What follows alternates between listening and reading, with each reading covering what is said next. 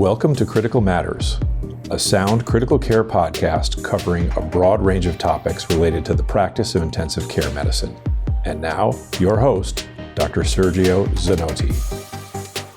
Patients with cirrhosis and chronic liver dysfunction from portal hypertension can develop complications that require admission to the intensive care unit. This is a complex and very sick patient population with a high morbidity and mortality. In this episode of Critical Matters, we will discuss some of the most common complications in these patients and their management in the intensive care unit. Our guest is Dr. Ram Subramanian.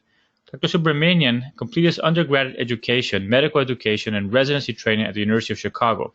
He completed a hepatology fellowship at the University of Nebraska before returning to the University of Chicago for postgraduate training leading in gastroenterology, pulmonology, and intensive care. From early in his career, he has been interested in all aspects of studying and treating multi-organ failure in the context of portal hypertension and liver failure. Ultimately, he decided to pursue a career that combined both. Dr. Subramanian is Associate Professor of Medicine and Surgery and the Medical Director of Liver Transplantation at the Emory School of Medicine in Atlanta, Georgia. In his dual role as a transplant hepatologist and an intensivist, Dr. Subramanian is involved in the inpatient care of patients before and after liver transplantation. His clinical and research interests are focused on critical care issues related to hepatic failure and liver transplantation. He's a wonderful clinician, educator, and researcher, and I really can't think of a better person to discuss these topics with. Ram, welcome to Critical Matters. Thank you. So I think Glad to be here. Excellent. I think a good place to start would be maybe giving us an overview of why do patients with cirrhosis come to the ICU in general?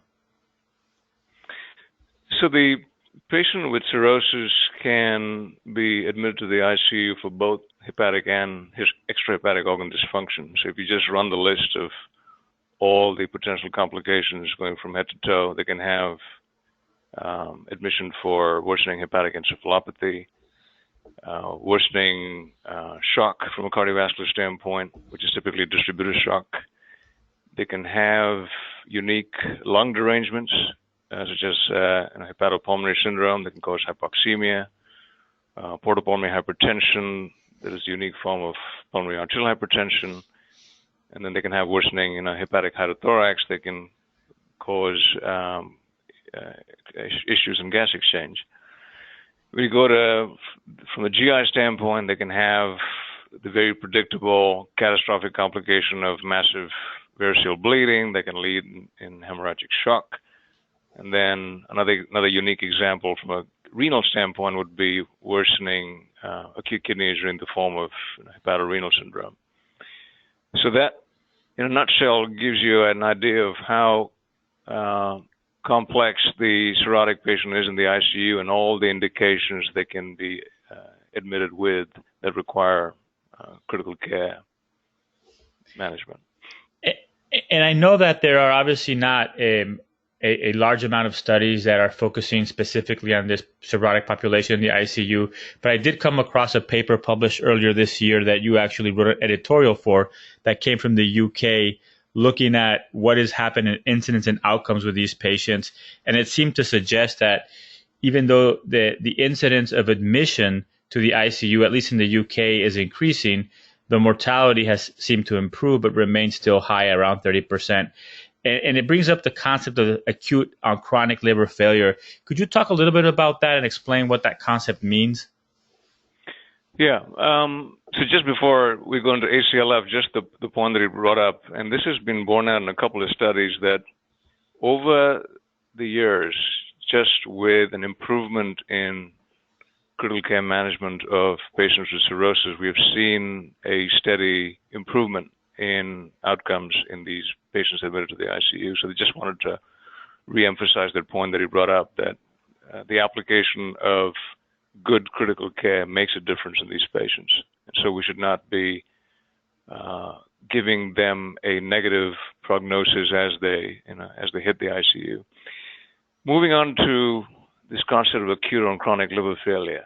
I must admit, as an intensivist, I had a tough time wrapping my brain around the concept, because as intensivists, we've been taking care of these patients with multi-organ failure in the setting of cirrhosis for a long time.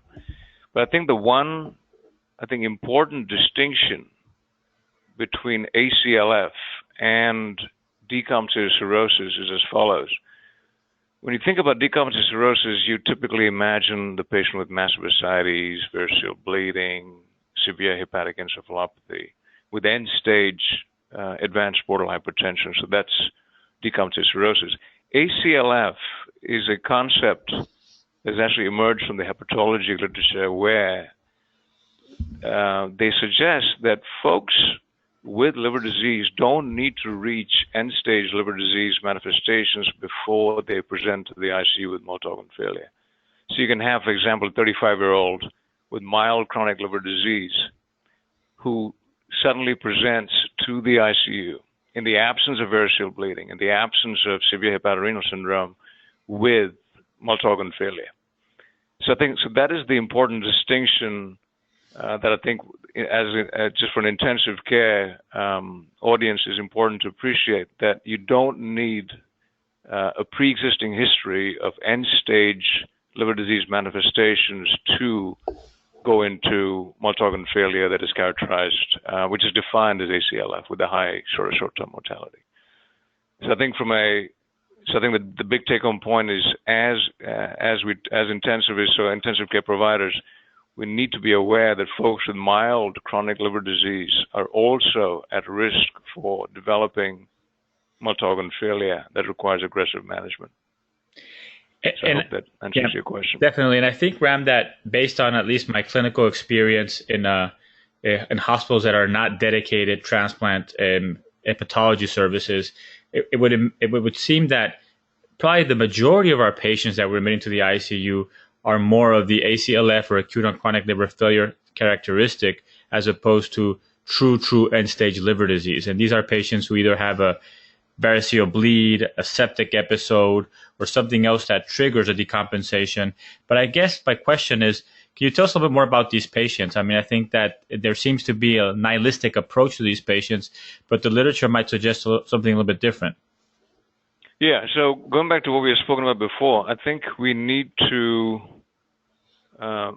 refocus our attention on the applying good critical care principles to these patients. I think as opposed to the previous dogma that these patients have a truly negative outcome in the ICU, and the fact that they've arrived in the ICU means that their risk of survival is low.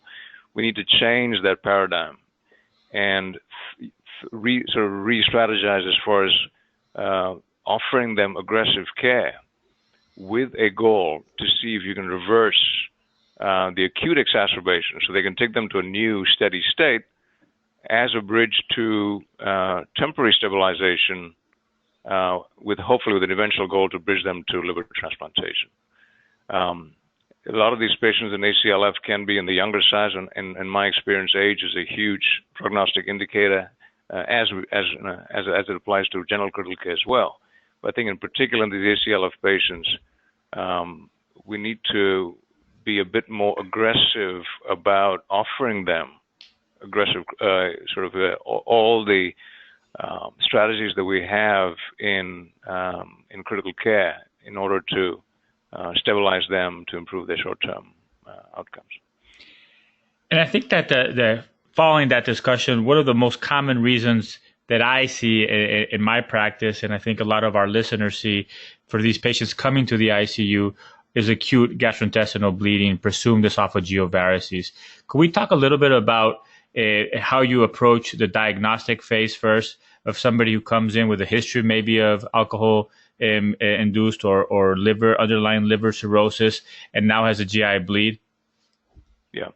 So the first take-home message there, I think, is that location of the varices is important. So just before you even get into that, the usual things that need to be done for hemorrhagic shock: large bore IV access, elective intubation for shock, and to facilitate endoscopy, especially if they have a compromised mental status. So those boxes need to be checked. Optimization of hematologic parameters, whether it's the INR and the platelet count. And then moving on to treating the bleed itself.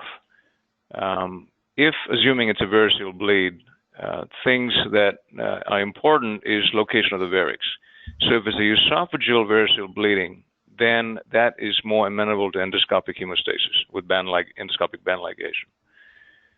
If there is evidence, even if the patient is arriving from the outside, it's a gastric variceal bleed.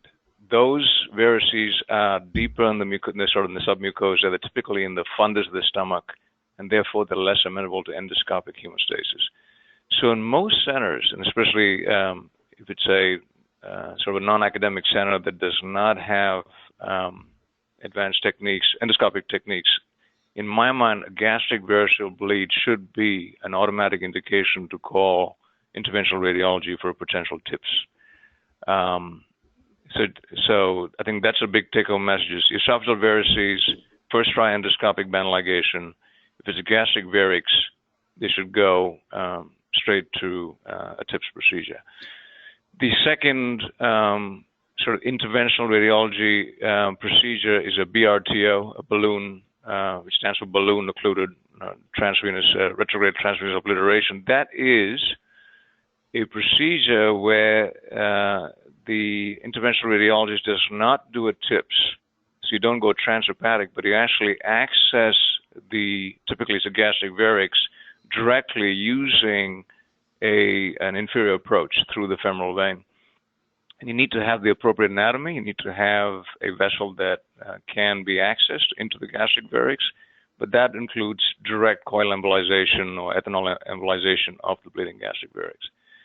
So the next question is, when do you choose TIPS versus BRTO? So TIPS has to be used carefully, especially in the high MELD patient.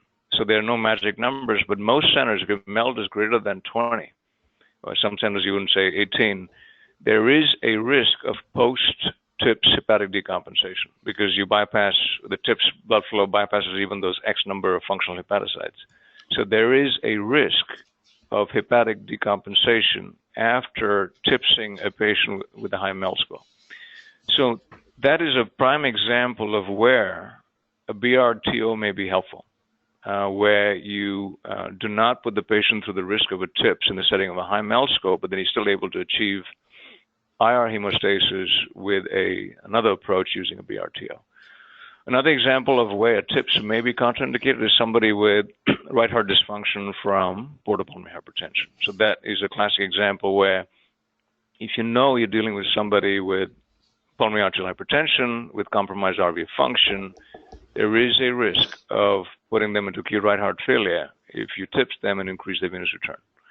And so there's another example where, in order to prevent cardiac compromise after TIPS, a BRTO may be a good idea instead of doing the TIPS procedure. Other therapies, and they should even precede endoscopy and IR interventions, is number one, octreotide, which is a splanchnic vasoconstrictor, which can decrease splanchnic blood flow into the bleeding varix. Number two, PPI therapy, which at this moment in time we typically do drips, but there's no great data on that. And number three, and which is important, is empiric antibiotics. And empiric antibiotics and typically it's a choice of, ceftriaxone is a decent choice, but that can be tailored depending on the site, has been shown to decrease the risk of rebleeding and also improve mortality. And the rationale for that is when somebody has a bleed, you increase the risk of bacterial translocation and therefore increase the risk of bacteremia and also the risk of SBP, which can then lead to a systemic cytokine storm. And so the rationale there is to blunt that cytokine storm with empiric antibiotics so that it can improve the portal hypertension and also improve mortality overall. So those are the big ones as far as interventions. The other thing I would add is, and this is a bit of a dying art within gastroenterology and intensive care, is balloon tamponade. Yes. I must confess that balloon tamponade has saved me many a time when you have bleeding that's refractory to endoscopic therapy as a bridge to TIPS procedure or to even transplantation. So just to go over the it's called the Blakemore tube, if you will, or the Minnesota tube. It is basically inflating. It has the esophageal balloon and a gastric balloon, and you insert it in an intubated patient. And it's important to inflate the gastric balloon first, but you have to make sure that you do a test of 50 cc's in the gastric balloon to make sure you're blowing the balloon up in the stomach and not in the esophagus. So once you've confirmed that the balloon is indeed in the stomach, then you blow it up to 400 cc's with air, and then you pull on the end of the tube, and it basically tamponades the GE junction where the variceal supply is.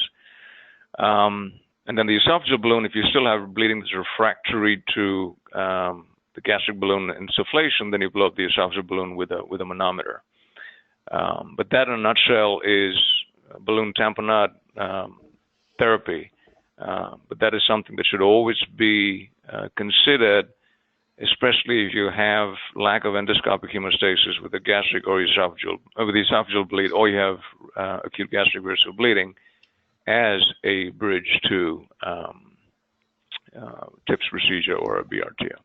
And I think that something that is maybe important, I mean, and just get your opinion.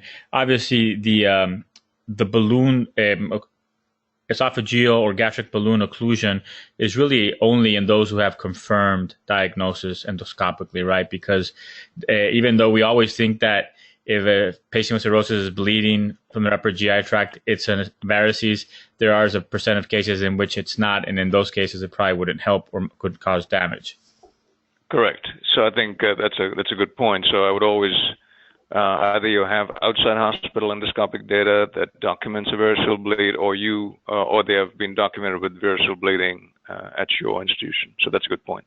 So I would just confirm that you're truly dealing with a portal hypertensive bleed before you step into you're going using a Blakemore. Yeah. And in terms of the expectations, well, what do you think is current expectations for those who are maybe admitting these patients at night?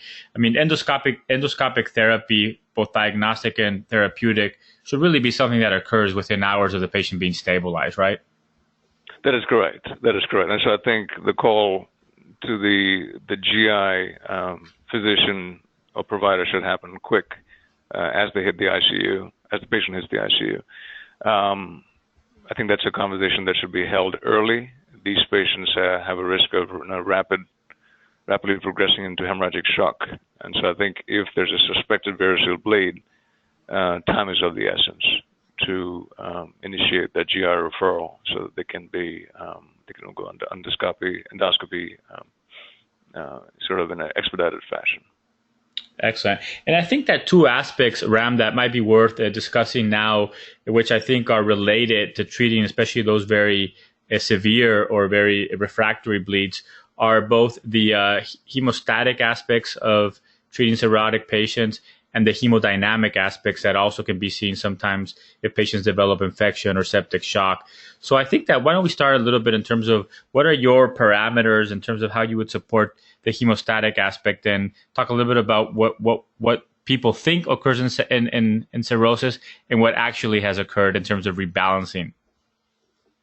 Yeah, so generally speaking, I think one take-home message with regard to the coagulopathy of liver disease is that an elevated INR does not necessarily translate to, in the absence of bleeding, does not relate to a higher risk of bleeding. Because it's important to note that when you have hepatic dysfunction, you lose both sides of the coagulation cascade. You lose not only losing factor V and VII, you're also losing protein C and protein S. So the net state of coagulation may be normal in these patients. In fact, folks can form DVTs with an INR of 3. So that's sort of a comment just independent of variceal bleeding. Once they start bleeding, I think all bets are off. Then you have to think about what is sort of optimal hematologic parameters. And again, to my knowledge, there's no evidence-based data. But one thing I would say is that the general consensus is that a platelet count greater than 50 can optimize thrombin generation and therefore the platelet plug. So that's something we shoot for, is at least keeping the platelet count greater than 50 in these patients. With regard to INR, I think, again, there is no evidence-based data supporting this. I think if you have an INR of 3 or 4 and you're bleeding, then I think it's reasonable to target an INR sort of closer to 2. Sort of in the INR FFP is about 1.6, so that's where you're going to get to. So I think that level of correction is justified as far as using FFP and using platelets. The third would be cryoprecipitate, sort of targeting of fibrinogen. And I think in the setting of bleeding, a target fibrinogen greater than 100, I think is a reasonable goal. So I think those are rough parameters to think about. Platelet count greater than 50, fibrinogen greater than 100, and INR sort of in the range of 1.6 to 2 as far as correction of the INR. The other thing that there's no evidence on this, but if they are in renal dysfunction, and especially in sort of CKD, we do use DDAVP with a goal to improve the qualitative function of those few platelets that they have. So that's something that we do, especially if they have concomitant renal dysfunction. So I think that's summarizes my thoughts on the sort of the hematologic management. The one thing I would, again, as we do in all other forms of hemorrhagic shock, is make sure that you monitor for cold coagulopathy, which can exacerbate the bleeding. So whether it means using warmers, blood warmers, especially if you're doing a massive transfusion.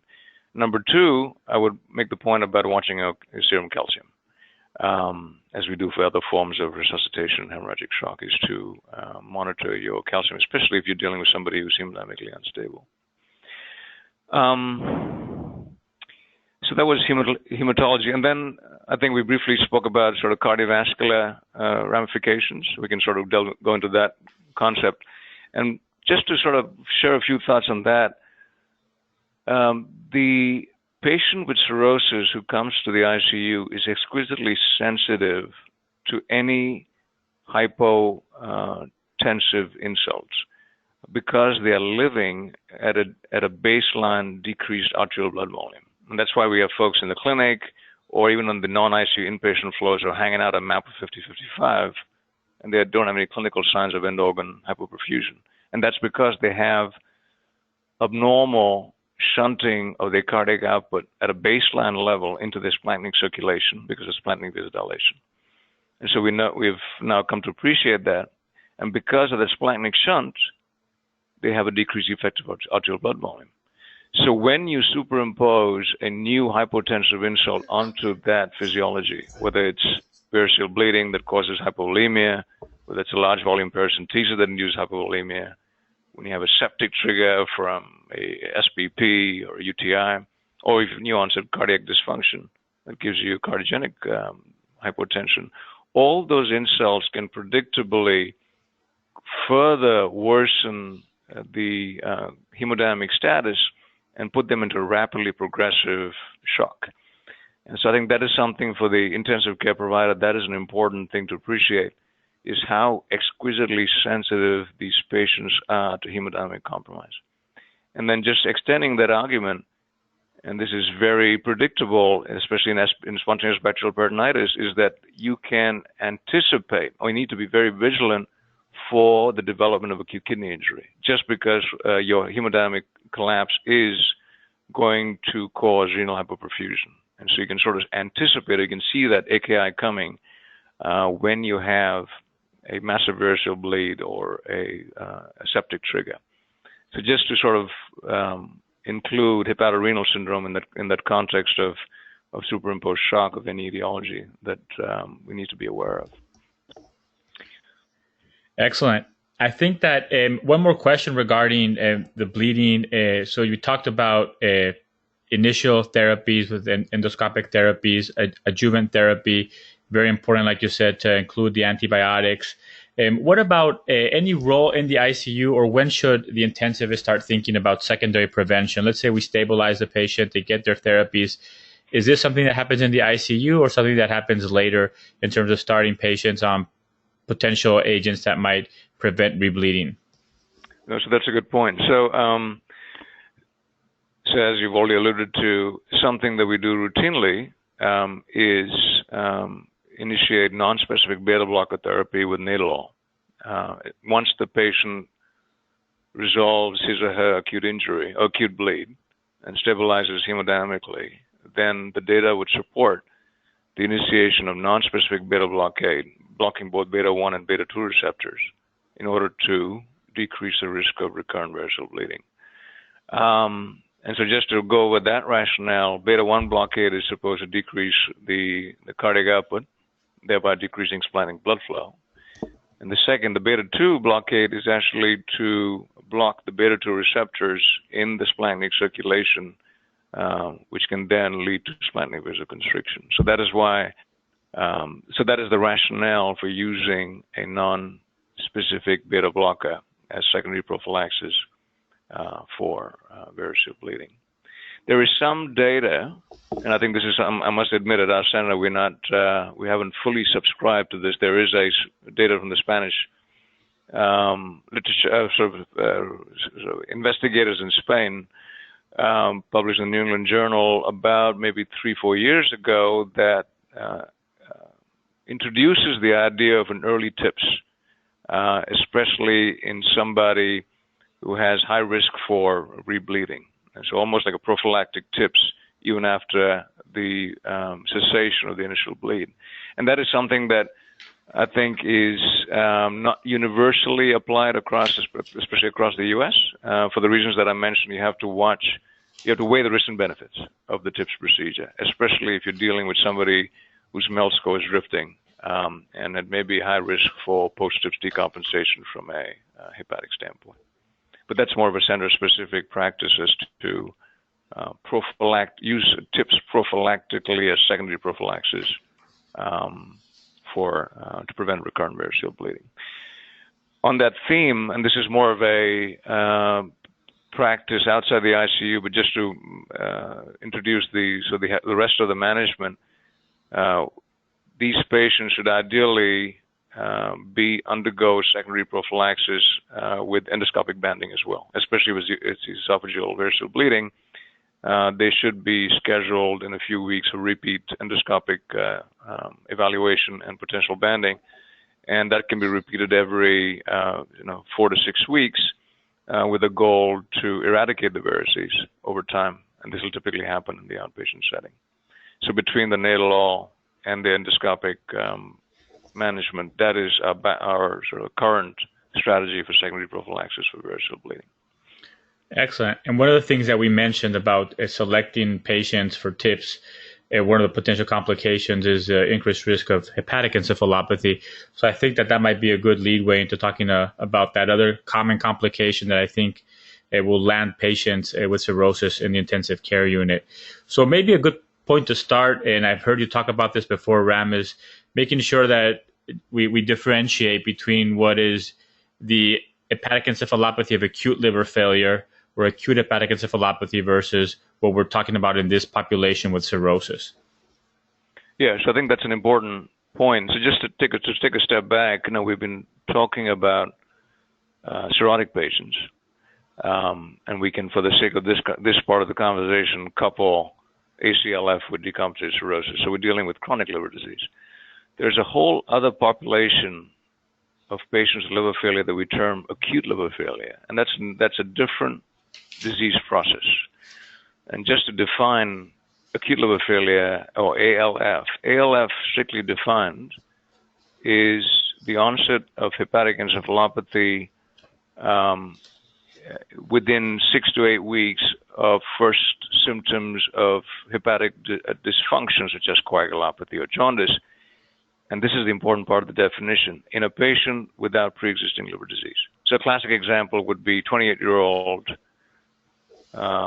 young person, no chronic liver disease, who takes a whole lot of Tylenol and comes with a Tylenol overdose.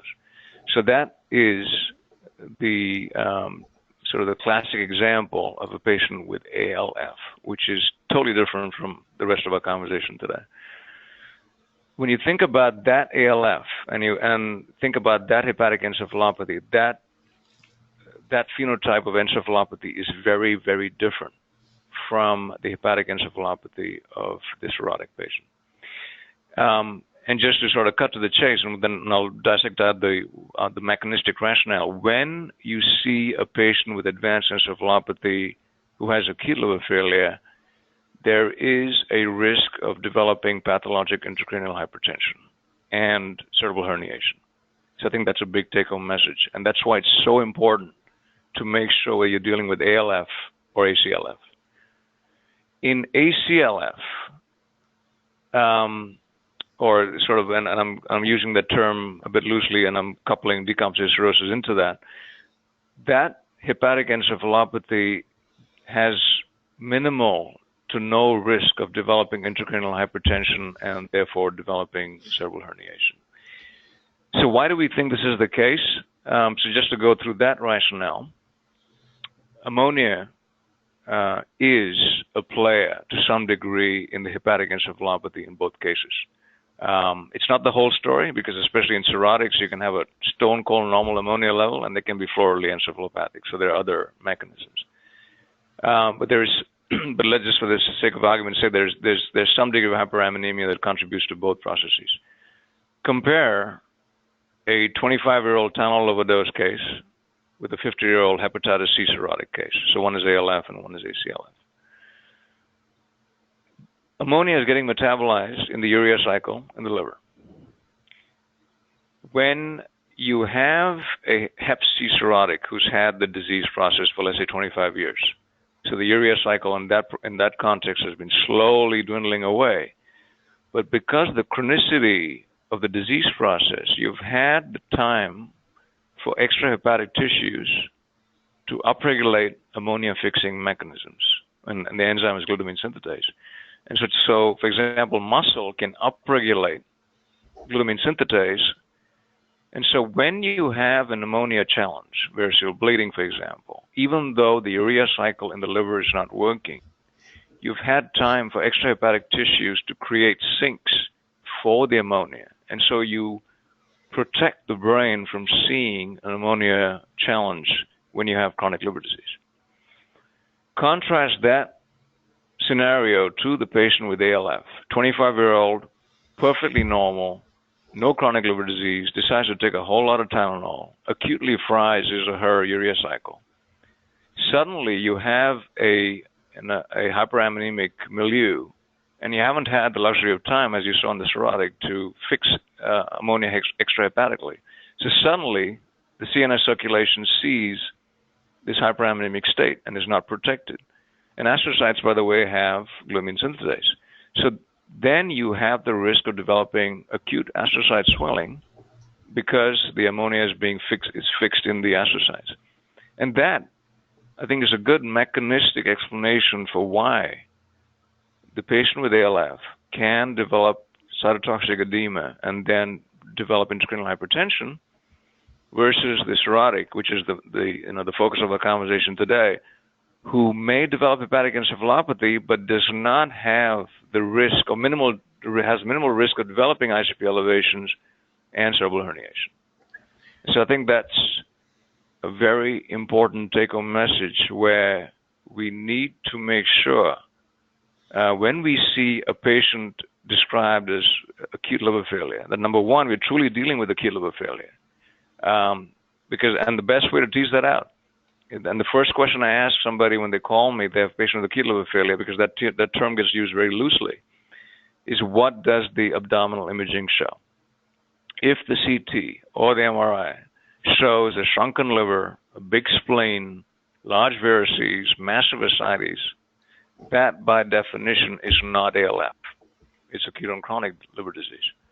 And so abdominal imaging is the most practical and useful way to distinguish an ALF and ACLF. And then you can triage. And then if they say that I got a patient with ALF who's encephalopathic, and they tell me, by the way, the abdominal imaging shows just some mild hepatic edema, the spleen size is normal, that really sends alarm bells off in my mind, that this patient is truly ALF because they don't have radiographic signs of chronic portal hypertension, and this patient is at risk for herniation.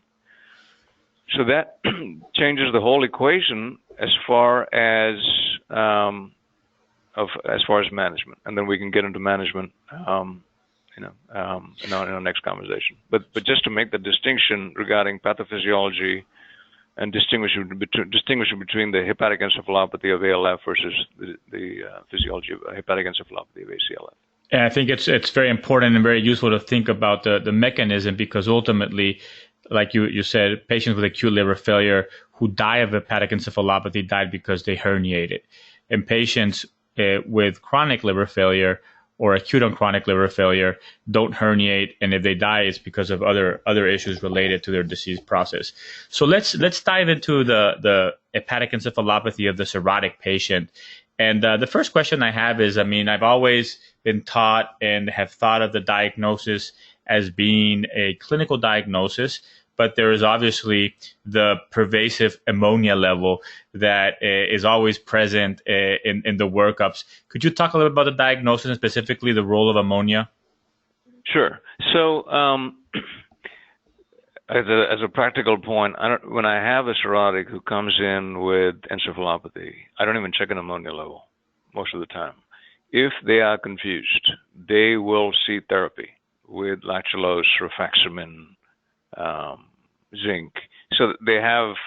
So just from my decision algorithm regarding treatment, I don't use an ammonia level to guide my decision making regarding starting therapy. So I think that's an important take-home message regarding for the ICU practitioner is that please don't use a normal ammonia level to rule out a diagnosis of hepatic encephalopathy as you decide to treat hepatic encephalopathy. Just a brief sort of sidebar note, in ALF, in acute liver failure, there's actually good data that if you're stating the utility of using a serial ammonia level as a prognostic indicator for encephalopathy and intracranial hypertension. And the data would suggest that if your serum ammonia levels are in the greater than 150 to 200, you actually have a higher risk of developing elevated ICP and all the negative effects of that. So there is diagnostic utility to serum ammonia levels in ALF. But going back to our population that we're talking about today, I don't routinely use serum ammonia levels to rule in or a diagnosis of hepatic encephalopathy in these patients. And my decision regarding treatment is independent of the ammonia level. There is data suggesting, again, of a couple of studies suggesting that serum ammonia levels may be useful, especially to gauge response to therapy, especially if you don't have a patient waking up after 2-3 days of therapy. So there may be some utility with that.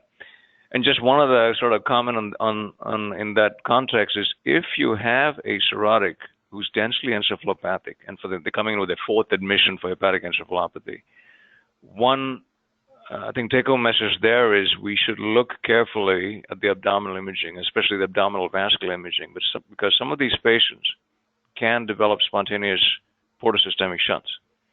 And the classic example is a splenorenal shunt. It's basically a compensatory mechanism to deal with the portal hypertension to get the venous return back. But the problem with some of these spontaneous shunts, especially if they get large, is that they bypass hepatic parenchymal flow. So the blood is not finding its way through the portal vein and totally bypassing the urea cycle, what's left of it. So these kind of patients can become floridly encephalopathic even if they don't have a high MELD score.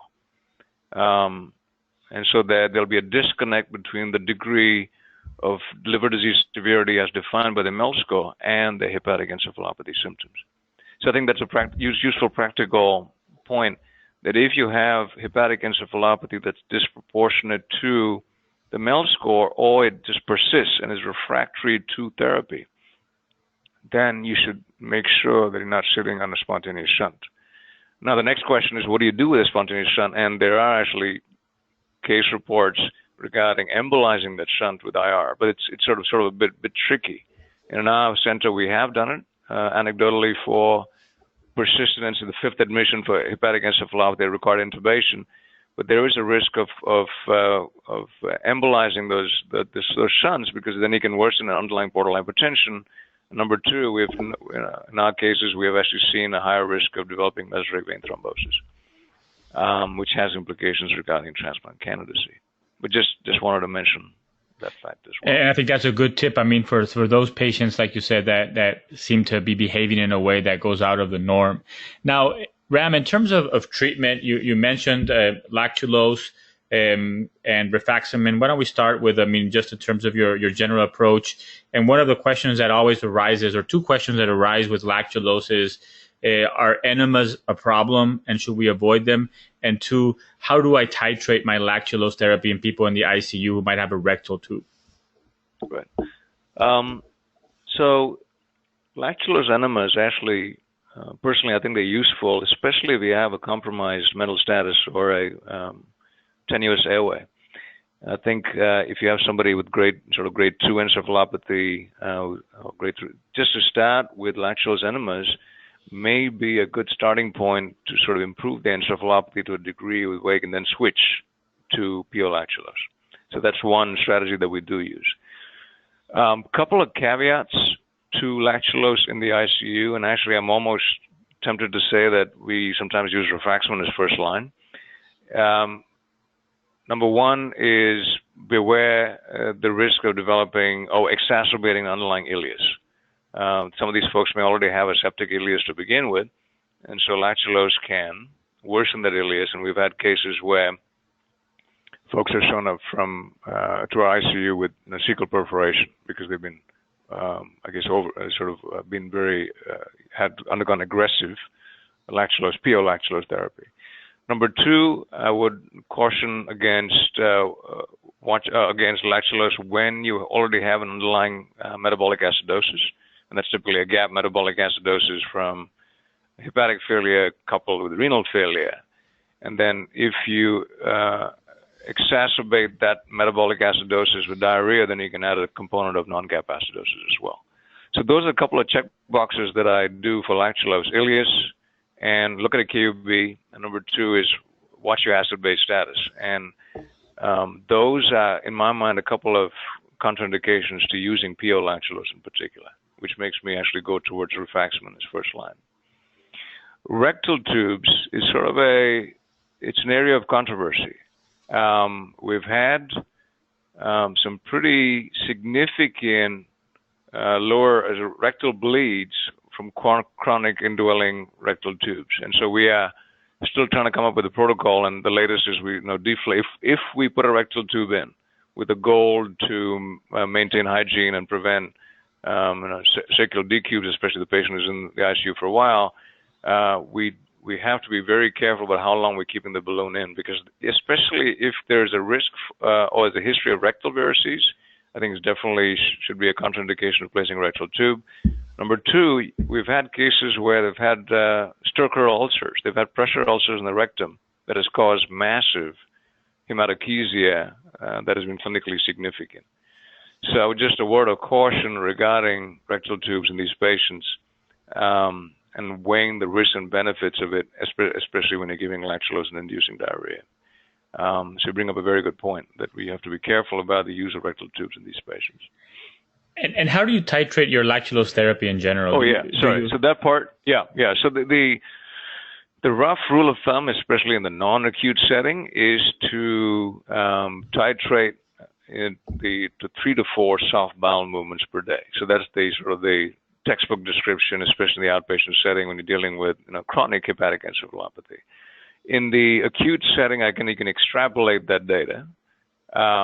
But again, I would just watch your acid-base status and make sure you're not inducing a non-gap acidosis, especially if you have normal bicarbs to begin with, and then watch for the ileus as well. So I think those are two issues. But the general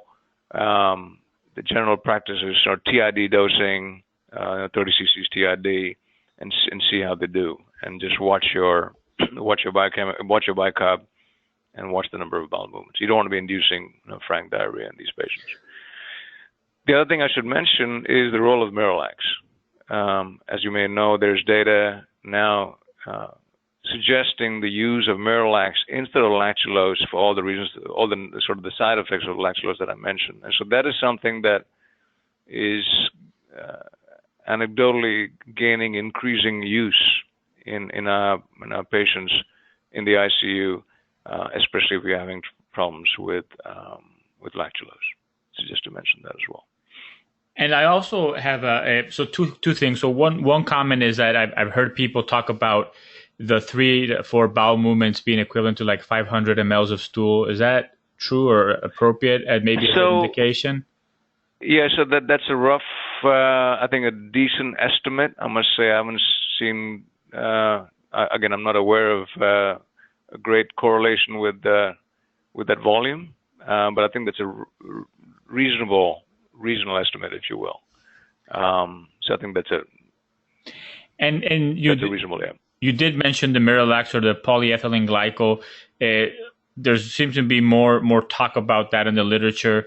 Any other comments you can make on this? I guess would be an alternative, not something you would add to lactulose, obviously. But any other comments on that use?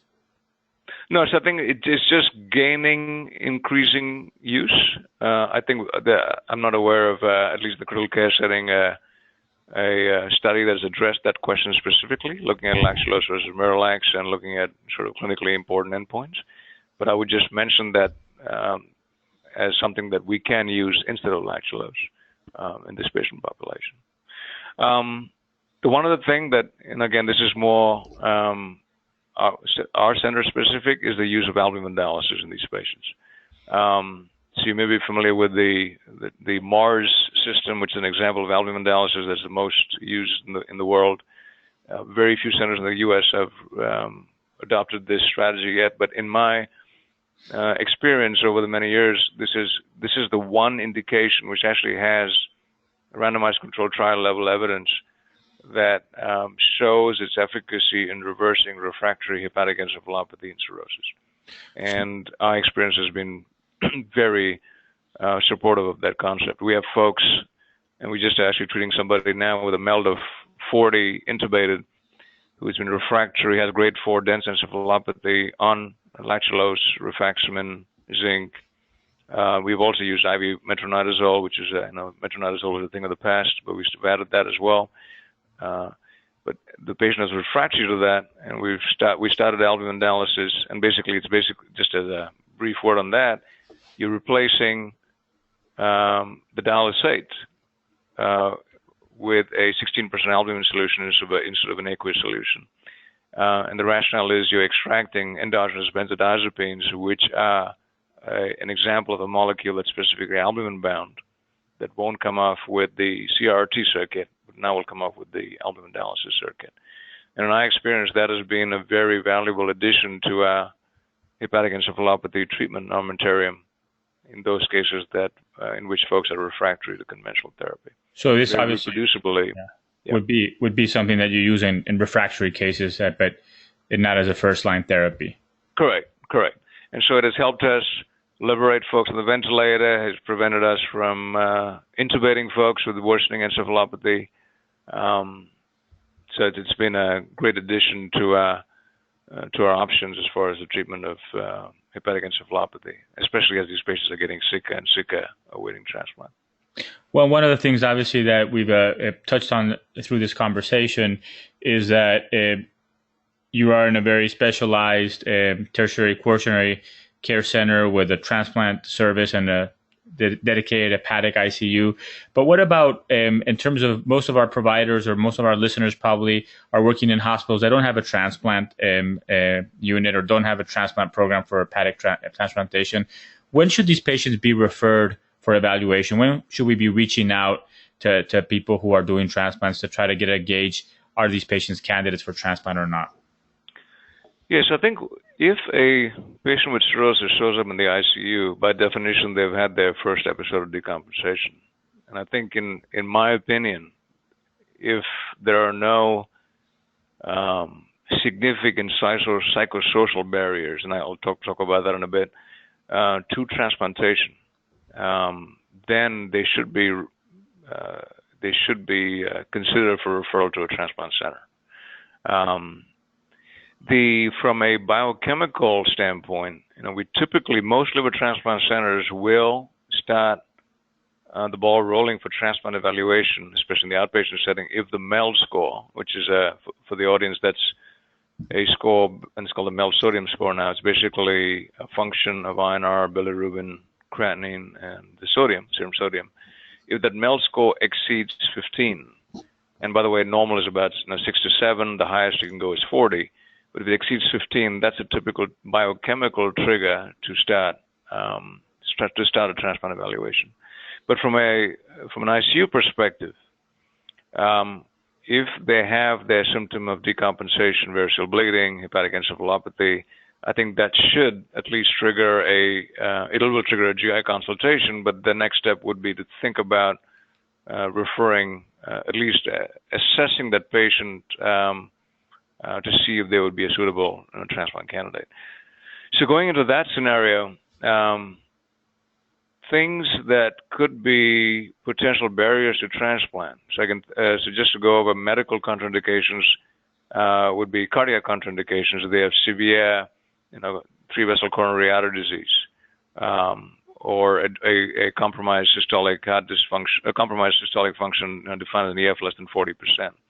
Or they have severe portal pulmonary hypertension, or any other form of pulmonary hypertension where their mean PA pressure is greater than 35. So those will be examples of where we will use those as contraindications to transplantation. Severe lung disease would be, and we're talking about extremes of severe chronic obstructive lung disease would be another potential would be a contraindication. Psychosocially, and maybe we can talk a little bit on this, alcohol I'm using the word was active alcohol is a pretty hard stop for most transplant centers. And so the rough rule of thumb was they have to demonstrate 6 months of sobriety and be enrolled in a formal alcohol relapse prevention program before they would be considered for transplant evaluation. Now that paradigm is changing across the country and across the world. And now many of the centers, including ours, are actually on a case-by-case basis even considering transplant for acute alcoholic hepatitis. So this may be the 35-year-old with fresh binge alcohol, maybe the first attempt, maybe of alcohol, acute stressor, but they have a supportive family. If they are, and again, this is always a controversial conversation in our selection meetings, but just to make the audience aware that the perspective on transplanting for alcoholic liver disease is undergoing an evolution. And so, the active alcohol consumers that has precipitated the acute event, depending on where you are in the country, it may be useful to touch base with the nearest transplant center to assess their policy regarding transplantation for alcoholic liver disease. And the other thing I would mention from a social standpoint is we are looking for a very sound family support system or social support system, because transplant is putting the liver in is just one piece of the whole puzzle. We need to convince ourselves as transplant providers that the liver will be taken care of for a long period of time. So that's the other box we're trying to check, is to make sure that there's enough of a family support and social support around to make sure that transplant is justifiable. And from a very practical, standpoint, just a question regarding unfunded patients. Most transplant centers probably can't afford to take patients who have no insurance or no funding. Is that correct? Or is that a misconception? That is correct. That is unfortunately, that is the current state of affairs. And we, as a center, do have, on a case-by-case basis, we have X amount of charity care that we can offer. And we typically try to find the right patient for, if it's a young patient, with the right family support, maybe an acute liver failure from cryptogenic etiology. We do have the option to trigger that financial support, but that's an exception rather than the rule. But so unfortunately, there are times when we are unable to offer transplantation as life-saving therapy because of financial issues. And in those candidates, or in those patients who are not candidates for transplant, let's say, I think that from what we've discussed, Ram, it seems that these patients, every patient should deserve or deserves being evaluated by a transplant team. So I think that for those providers who are not transplant experts, we should not be making that decision. We should refer these patients early, hear from the transplant team, let them decide, tell us if it's a yay or a nay. But in those who are not candidates, can you talk about some aspects that might be prognostic in terms of very poor outcomes, or when, appropriate goals of care discussions would be reasonable? I came across this paper, and we talked about it a little bit before we started recording the podcast, from the European Association of Study of Liver Disease on the organ score and maybe the MELD. Just your thoughts on how we could use those scores. Yeah, so specifically when you talk about ACLF, I think the data would suggest, again, few studies from Europe, but the data would suggest that when you're treating somebody with ACLF, you should continue therapy, aggressive therapy, between at least from days 3 to 7 post the acute insult. And the prognostic scoring systems, depending on using any of the scoring systems that we use in critical care, I think is applicable. But the general trend shows an improvement by day 7 of therapy. Then it may be, especially in ACLF, that may be grounds to continue aggressive management. So I think the important take-home message there is not to throw in the towel too fast as far as just offering them critical care support, and not sort of drawing a line in the sand after day 2 or day 3 of aggressive management. So those would be some initial thoughts. I think there's still data emerging regarding, as you've mentioned, different prognostic scores being used, and the Europeans have really been active in this field. But I think it's important, going back to our initial conversation regarding applying our established principles of critical care to this patient population to see if they will, reverse their physiology before we deem them to be futile as far as therapeutic approaches. The one thing I would mention in this context is, and I think this question comes up a fair amount, is if a patient is deemed not a candidate at this time for whatever reason, and they are in acute kidney injury, some nephrologists in particular may say that, because they're not a transplant candidate, we're not going to support their acute kidney injury with dialysis. And I would just, again, this is my personal bias, but I would make the argument that, especially with a classic example of the alcoholic liver disease with HRS, is that if you stabilize them through the acute episode, and let's say they even transition to HD, intermittent HD, you create a new baseline where you can stabilize them and maybe then create an opportunity for them to be reassessed for transplant in the future. So I think this conversation always seems to come up is, when is it futile to dialyze a patient with HRS, especially if you don't have transplant as an immediate backup? But I would make the argument that, especially with a young patient, to see if you can stabilize them in the short term with a goal to eventually see if they can be a transplant candidate in the future. And I think that's also, I guess, an important reason why a very robust conversation with a transplant team is important, because there's a difference between they're not a candidate now, but if A and B occur, they could be a candidate, versus they're not a candidate, full stop, right? Yeah. And especially in the younger patient, and I'm sort of bucketing younger age with alcoholic liver disease, but we're seeing, again, we have a couple of patients right now in their 40s who are sick with alcoholic liver disease, where we're trying to stabilize, and severe multi-organ failure, where they're not transplant candidates right now, but we're rethinking how we define futility in these patients. Interesting. So I think that this has been a great conversation. There's a lot of topics that obviously we have not been able to dive into that maybe we could touch on a future podcast. But one of the things that we like to do, Ram, at the end of the podcast is ask our guests a couple questions not related to the topic, just to kind of tap into their general wisdom and knowledge. Would that be okay? Oh, sure. Yeah. So the first question is, what book or books have influenced you the most, or what book have you gifted most often to others? So I must admit, I haven't done much reading outside of medicine in the past, but I did go through an MBA recently. And and I share this in the context of actually ICU management. I think a lot of our intensive care colleagues are leaders in their ICU. And one book I came across, it's called the McKinsey Edge, and this is the McKinsey consulting company based on their context. But this book was written, I think, about a year ago, and I've read a few books on leadership, but this book in particular, I found it as a great read. I just couldn't put it down. And I think it's and one of the things that appealed to me, it's very practical information. It's almost like a bullet point that the author expands on.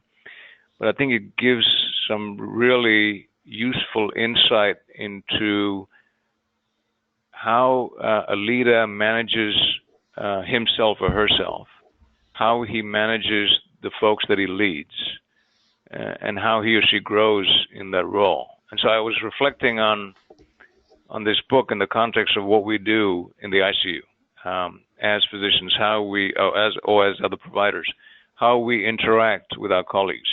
Because at the end of the day, ICU is a team sport.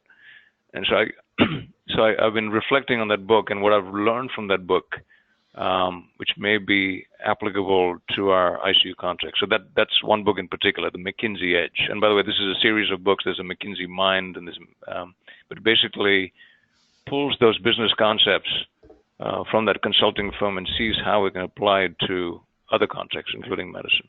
And I think that a lot of what we need to learn is really universal, right? It's about managing people, managing teams, managing oneself. And like you said, I mean, where it's a context of a consulting firm or an intensive care unit, a lot of the behaviors that need to be managed are very similar. So we'll definitely put that book in the show notes. I mean, I have not read that book, but I definitely will pick it up. Sounds like a very interesting read. The second question, Ram, is what do you believe to be true in medicine or in life that most other people don't believe? So, as I respond to this, I'm not sure whether I can say that other people don't believe, but I just want to share one one philosophy that I have as I'm teaching medicine, especially to my trainees, is that, especially in ICU medicine, it's complex. We're dealing with a lot of data points. We're dealing with a lot of intricate physiology. But I always emphasize to them what I sort of term as first principles. Go back to your first principles. There are certain limited tenets of physiology, for example, that if you understand those basic building blocks, then you can use those building blocks to then connect the dots, however complex the system becomes. And I apply the same concept when I was teaching biochemistry, where you can, even though you've got so many biochemical reactions that deal with carbohydrate, fat, and protein metabolism, at the end of the day, you have 7 reactions or 8 reactions that underlie all those different biochemical pathways. So it's about getting those basics right and then connecting the dots. So I hope that answer makes sense, but I just wanted to, I sometimes feel that we get so caught up in, especially as you're coming through the ranks of the complexity of medicine, especially in ICU medicine, that we sometimes forget the underlying foundation of it. And so just a thought that I wanted to share with the audience is to really focus on the foundational blocks that then in many ways explains very complex systems. I love it. I think that getting back to first principles, it makes a lot of sense. I'm a big jazz fan, and Charles Mingus used to say that making the simple complex is commonplace, but making the complex exceedingly simple is creativity. And I think it applies also to the way you think at the bedside, right?